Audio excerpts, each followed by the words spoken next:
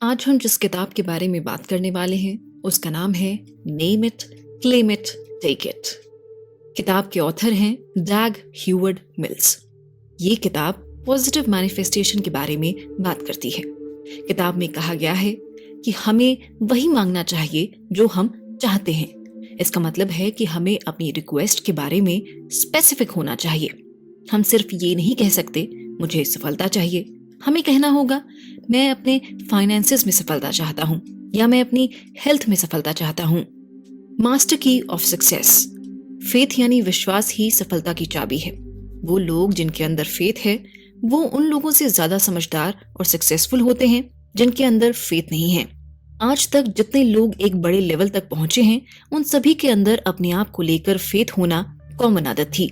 जिन लोगों को अपने ऊपर फेथ नहीं है वो थोड़ी सी डिफिकल्टीज और डिसअपॉइंटमेंट आने पर घबरा जाते हैं और हार मान लेते हैं। वहीं पर दूसरे जिन्हें अपने ऊपर पूरा विश्वास है वो डिफिकल्टीज या डिसअपॉइंटमेंट के आने से हार नहीं मानते और आगे बढ़ते रहते हैं। कई लोगों के मन में फेथ को लेकर एक गलत परसेप्शन बन गया है। फेथ के बारे में ऐसा सोचा जाने लगा है कि जो अमीर या डाउन टू अर्थ है सिर्फ वही लोग ऐसी चीजों में विश्वास करते हैं, या जो लोग आलसी होते हैं सिर्फ बैठे बैठे अपने साथ कुछ जादू होने का इंतजार करते हैं, सिर्फ वही लोग फेथ में विश्वास रखते हैं। लेकिन असल में ऐसा नहीं है। फेथ वो चीज है जो आपको जीवन में आगे बढ़ने के लिए मोटिवेट करती है।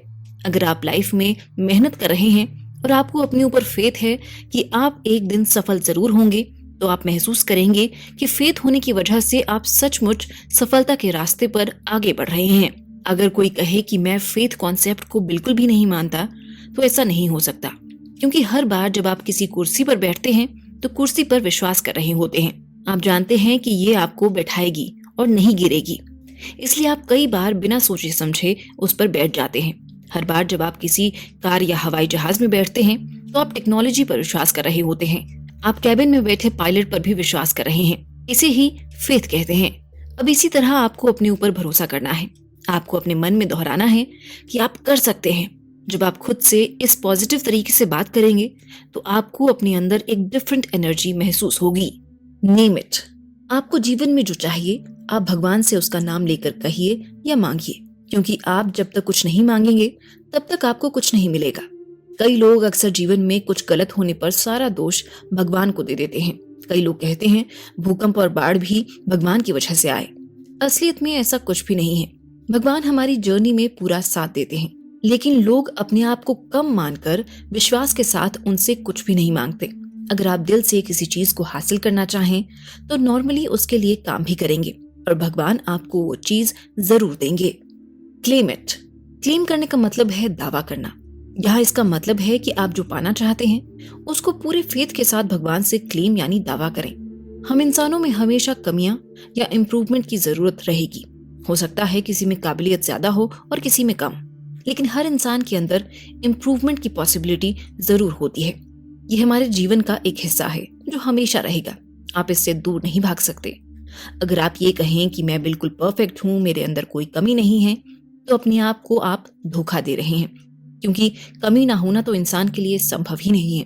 वहीं अगर आप अपनी कमी या गलती को एक्सेप्ट कर लेते हैं और उसे सुधारने का कमिटमेंट करते हैं तो आप इम्प्रूवमेंट की तरफ बढ़ने लगेंगे और कमियां खत्म होने लगेंगी। I am, I have, I can.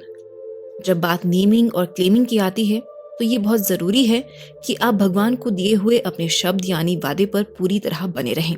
यानी जो आपने भगवान से मांगा है उस पर पूरी तरह बने रहें। ऐसा ना हो कि आपकी डिमांड बार बार बदलती रहे। ऐसा करने से आपकी इच्छा कभी भी पूरी नहीं होगी। अगर आप भगवान से कुछ अनरियलिस्टिक या कोई फूलिश क्लेम करेंगे तो भगवान आपकी बात कभी भी नहीं सुनेंगे। अगर आप इमेजिनरी क्लेम यानी कोई ऐसी डिमांड करेंगे जो इस दुनिया में पॉसिबल नहीं है तो भी वो आपकी बात नहीं सुनेंगे। आपको उनसे जो मांगना या क्लेम करना है वो रियलिस्टिक और प्रैक्टिकल होना चाहिए। ऑथर कहते हैं कि कभी भी भगवान की तरफ से कोई भी मैसेज नहीं आता कि वो आपको क्या बनाना चाहते हैं। ये आप डिसाइड करते हैं कि आप क्या बनेंगे। वो कहते हैं मुझे कभी भी भगवान ने नहीं बोला था कि मैं क्या बनूंगा। मैं वही बना जो मैंने और मेरे जीवन के एक्शंस ने डिसाइड किया। वो कहते हैं मैं ये नहीं मानता कि भगवान की तरफ से हमें डायरेक्शन मिलती है कि जीवन में हमें क्या करना है।